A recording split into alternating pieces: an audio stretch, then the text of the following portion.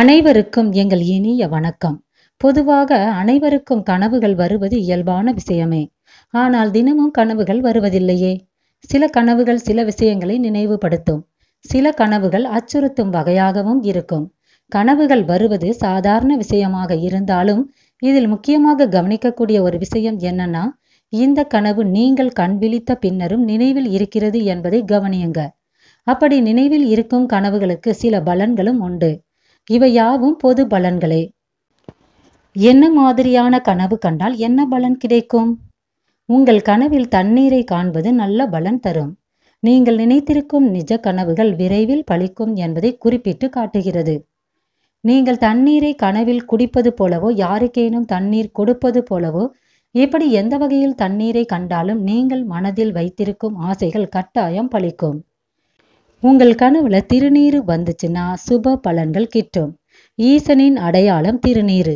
திருநீரு பூசுவது போலவோ எடுப்பது போலவோ எந்த வகையில் திருநீரு உங்கள் கனவில் வந்தாலும் எதிர்பாராத மாற்றங்கள் உங்கள் வாழ்க்கையில நிகழும். வாழ்க்கையில் சுப காரியங்கள் ஏற்பட காரணமாக இருக்கும். உங்கள் கனவில் சமுத்திரத்தை கண்டால் உங்களுக்கு மன அமைதி தேவைப்படுகிறது என்பதை குறிப்பிட்டு காட்டுகிறது. உங்கள் மனதை ஏதோ ஒரு சம்பவம் பாதித்து உள்ளது என்பதையும் சுட்டி காட்டுகிறது. உங்களுடைய ஆழ் மனதிற்கு அமைதி தேவைப்படுகிறது. தியானம், யோகா போன்றவற்றை தினமும் 5 நிமிடமாவது செய்வது நல்ல பலன் தரும். நாகம் தீண்டுவது போல உங்கள் கனவில் வந்தால் அந்த நாகம் ராஜநாகமாக இருந்தால் நீங்கள் பயந்து எழுவீர்கள். எழுந்த பின்னரும் அந்த கனவு உங்களை பீடித்திருக்கும்.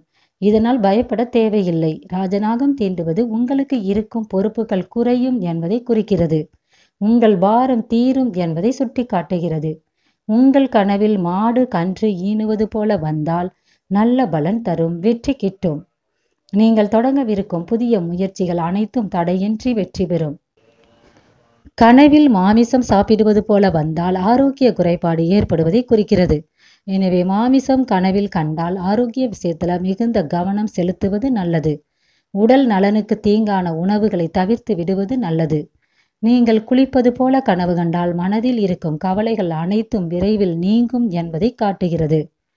நீங்கள் தற்கொலை செய்து கொள்வதை போல கனவு கண்டால் இந்த கனவில் இருந்து விழித்த பின்னரும் அச்சுறுத்துவதாக இருக்கும். ஆனால் இதை பற்றிய பயம் கொள்ள தேவையில்லை என்பதே உண்மை. இது நல்ல பலனைத்தான் தரும். தற்கொலை செய்து கொள்ளும் எண்ணம் உண்மையில இருந்தாலும் அதை இந்த கனவு நீக்கிவிடும். உங்கள் பிரச்சனைகள் விரைவில் தீரும் என்பது இந்த கனவு உணர்த்துகிறது. உயிரோடு இருக்கும் ஒரு நபர் உங்கள் கனவில் இறந்தது போல வந்தால் அந்த கனவு விழித்த பின்னரும் உங்கள் நினைவில் அப்படியே இருந்தால் நீங்கள் பயப்படும்படி ஒன்றும் நேர்ந்துவிடப் போவதில்லை. கனவில் கண்ட நபரிடம் இதுவரை இருந்து வந்த கருத்து வேறுபாடுகள் நீங்கும் என்பதை தான் இந்த கனவு குறிப்பிட்டு கூறுகிறது.